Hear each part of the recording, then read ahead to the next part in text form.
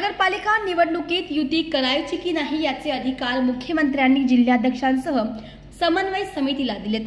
त्यामुळे निवडणुकीबाबत युती करायची की नाही याबाबत निर्णय स्थानिक पातळीवर होईल, असं जालन्यातील भाजपचे नेते कैलास गोरंट्याल यांनी सांगितले। जालन्यात मैत्रीपूर्ण लढत होईल आणि पहिला महापौर आमचाच होणार असल्याचा दावा गोरंट्याल यांनी केलाय। जालना महानगरपालिका निवडणुकीत भाजपचे 35 पेक्षा अधिक उमेदवार निवडून आणण्याची आमची तयारी असल्याचंही गोरंट्याल यांनी स्पष्ट केलंय। चेहरे फक्त भाजपाकडे आहेत, दोन्ही शिवसेना, दोन्ही राष्ट्रवादी आणि काँग्रेसकडे चेहरे नाहीत, अशी टीका देखील गोरंट्याल यांनी केली। परवा जी बैठक झाली संभाजीनगरमध्ये, मराठवाड्याचे पूर्ण 8 डिस्ट्रिक्ट त्यात होते आणि प्रत्येक डिस्ट्रिक्टला आपला मत काय हे व्यक्त करण्याचा त्याने आम्हाला अधिकार दिला। सर्व जे जालन्याचे सर्व भारतीय जनता पार्टीचे पुढारी त्याने कोणी जिल्हा परिषद बदललं, कोणी नगरपालिका बदललं, कोणी महानगरपालिका बदललं, आपले आपले मत त्यांच्यासमोर मांडले आणि पण सर्वांचे एकच उद्देश होता की कोणत्याही प्रकारे मित्रपक्षासाठी युती नको। सन्माननीय मुख्यमंत्रीने हे सर्व जे युती करायची की नाही करायची याचे अधिकार जिल्हाध्यक्ष आणि समन्वय समिती जी असेल त्याला दिलेले आहे आणि ते ठरल्यानंतर युती करायची की नाही करायची ते होणार आहे। 100% मैत्रीपूर्ण लढत होणार असेल। नगरपालिकामध्ये 35+ आणण्याची आमची तयारी आहे। आम्हाला जे 16 प्रभागमध्ये प्रभाग 11, प्रभाग 10, प्रभाग 4 इथं मुस्लिम समाजाची जनसंख्या जास्त आहे, त्याचं मतदान जास्त आहे।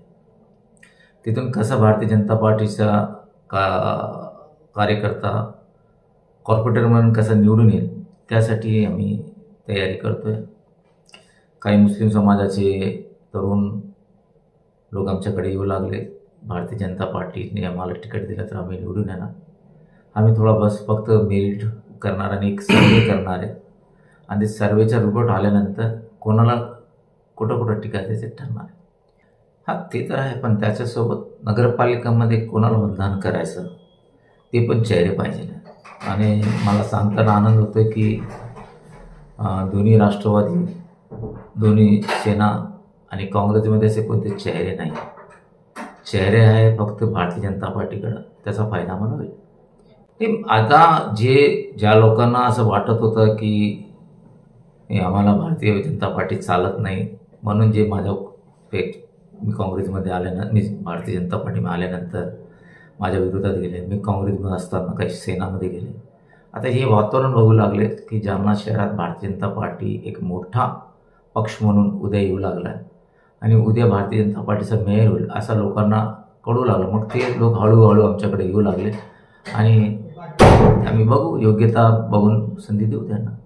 पण नॅशनल भारतीय जनता पार्टीचंच होणार असं नाही आहे। बघा, जे रिझर्वेशन निघणार आहे महापौर पदासाठी आणि महापौर पदासाठी जे रिझर्वेशन निघेल आणि जेव्हा मॅजॉरिटी ऑफ भारतीय जनता पार्टीचे राहील तेव्हा जे वरिष्ठ पदाधिकारी भारतीय जनता पार्टीचे सन्माननीय मुख्यमंत्री देवेंद्रजी, प्रदेश अध्यक्ष सन्माननीय चव्हाणजी हे जे डिसाईड करेल ते महापौर होईल। संतुष्ट फक्त प्रभाग 10 मध्ये जे पुलाच्या त्या कडला म्हणजे नदीच्या त्या शेजारी तसं कधी होत नाही। तुम्हाला जेव्हा तुम्ही हे मतदारसंघ तयार करतात त्याला नदी, नाले, रस्ते हे मॅप बघून करावं लागतात। ते 1500 वोट 1 नंबरचे 10 नंबरमध्ये आले, त्याचा ऑब्जेक्शन दाखल केला आणि मला वाटतं की ते 1,500 वोट आहे ते पुन्हा 1 नंबरमध्ये जाणार आणि 1,500 मतदान तिकडे गेला तर तिथं 50% मुस्लिम समाज, 50% हिंदू समाज राहील आणि ते आम्हाला फायदा होईल त्याचा। जातीपातीच्या राजकारणापेक्षा मला वाटतं की डेव्हलपमेंटवर हा इलेक्शन आम्ही करणार आहे। कारण एक तर या शहरामध्ये पाण्याचा प्रश्न होता ते आम्ही सोडवलं, रोडाचे प्रश्न होते आम्ही सोडवलं।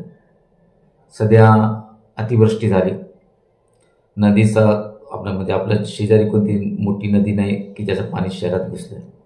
आपला या शहरात जे जुने आपले नॅचरल नाले आहे, जे आउटलेट आपले आहे त्याच्यावर अतिक्रमण झालेलं आहे, यामुळे हा शहरात पाणी भरलेलं आहे। माझ्या आयुष्यात पहिल्यांदा एवढं पाणी भरलं. आणि मला तर आश्चर्य व्यक्त करतं की लोकप्रतिनिधी जे आहे त्यांच्या घरात 12-12 फीट पाणी आलं. मग प्रश्न हे उठतं की उद्या मतदान करताना तुम्ही विचार करा. अतिवृष्टीमध्ये जे स्वतःच्या घराला वाचू शकत नाही, तर तुम्हाला आम्हाला काय वाचू शकतो ना? हे तर फार मोठा प्रश्न आमचा. आम्ही तर बोलणार इलेक्शनमध्ये आमचं हे राहणारच.